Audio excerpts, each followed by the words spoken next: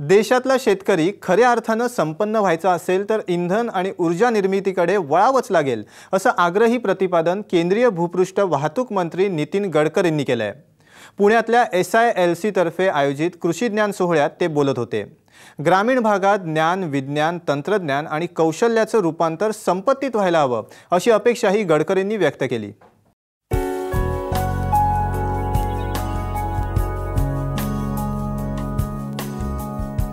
सकाळ international learning centre अर्थात SILC तर्फे पुण्यात कृषी ज्ञान सोहळ्याचं आयोजन करण्यात आलंय। त्याचं उद्घाटन केंद्रीय भूपृष्ठ वाहतूक मंत्री नितीन गडकरी यांच्या हस्ते करण्यात आलं। अपारंपरिक ऊर्जा निर्मितीबाबत गडकरी गेली काही वर्ष आग्रही आहेत। या सोहळ्याच्या निमित्तानं मी शिकण्यासाठी आलोय असं स्पष्ट करत गडकरींनी इंधन आणि ऊर्जा निर्मितीवर भर दिला।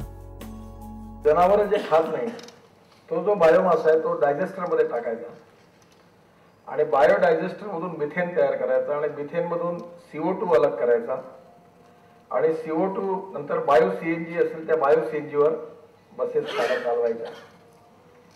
थोडंसं मी अनेक वर्षात काम करतो, हे सगळ्यात मोठं स्पेक्ट्रम। माझी विनंती आपल्याला की तुम्ही हे उचलायचं, कारण आपल्या देशात 6 लाख कोटी रुपयाचं इम्पोर्ट हे पेट्रोल, डिझेल आणि गॅस आहे। and diversification of agriculture towards energy and power sector याच्याशिवाय दुसरा उपाय नाही आहे। हे गहू तांदूळाचं किती उत्पन्न काढलं तरी ग्लोबल मार्केट लक्षात घेता याच्यावर चांगल्या किमती मिळणं जवळपास कठीण आहे। पण आपण जर पेट्रोल, डिझेल आणि गॅसचं सोल्युशन बघितलं तर हे नक्की होऊ शकतं।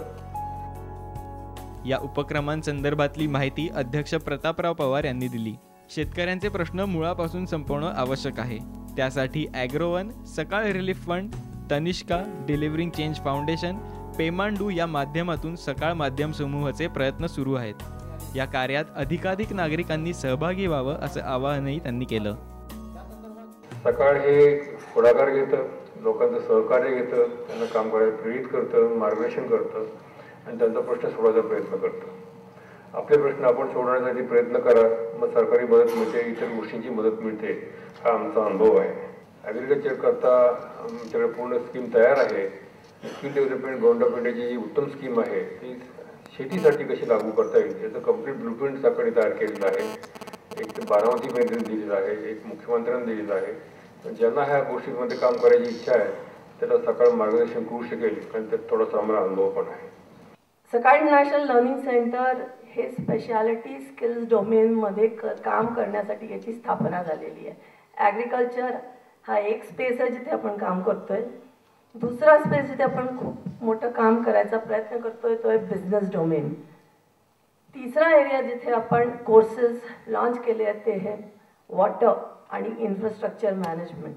या एरियामध्ये सुद्धा अनेक कोर्सेस अँड प्रोग्राम्स आपण लॉन्च केलेले आहेत।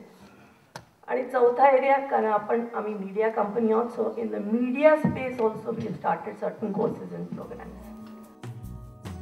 ग्रामीण भागाचा विकास झाला आणि शेतकऱ्यांची खरेदी क्षमता वाढली तरच देशाचा विकास शक्य आहे असंही गडकरींनी नमूद केलं।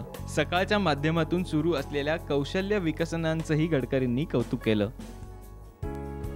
कुठेतरी छोटे छोटे प्रयोग यशस्वी झालेले आहेत, ते जर 100,000 शेतकऱ्यांना माहिती होतील तर त्यातून त्यांचं स्किल डेव्हलप होऊ शकतं। आणि आज खऱ्या अर्थाने आपल्या देशात ग्रामीण भागात जर गरज असेल तर ज्ञान, विज्ञान आणि तंत्रविज्ञान आणि जो प्रोफेशनल एक्सपर्टाइज आहे, अनुभव आहे, या चारही गोष्टींचं रूपांतर कन्व्हर्शन ऑफ नॉलेज, ज्याला आपण म्हणू knowledge with experience, conversion of knowledge with experience into wealth, ही खरी आज ग्रामीण क्षेत्रातली सगळ्यात मोठी आवश्यकता आहे। कॉलेज ऑफ इंजिनिअरिंगमध्ये 2 दिवस हा ज्ञानाचा सोहळा चालणार आहे। त्यासाठी राज्यभरातून अनेक शेतकरी उपस्थित आहेत।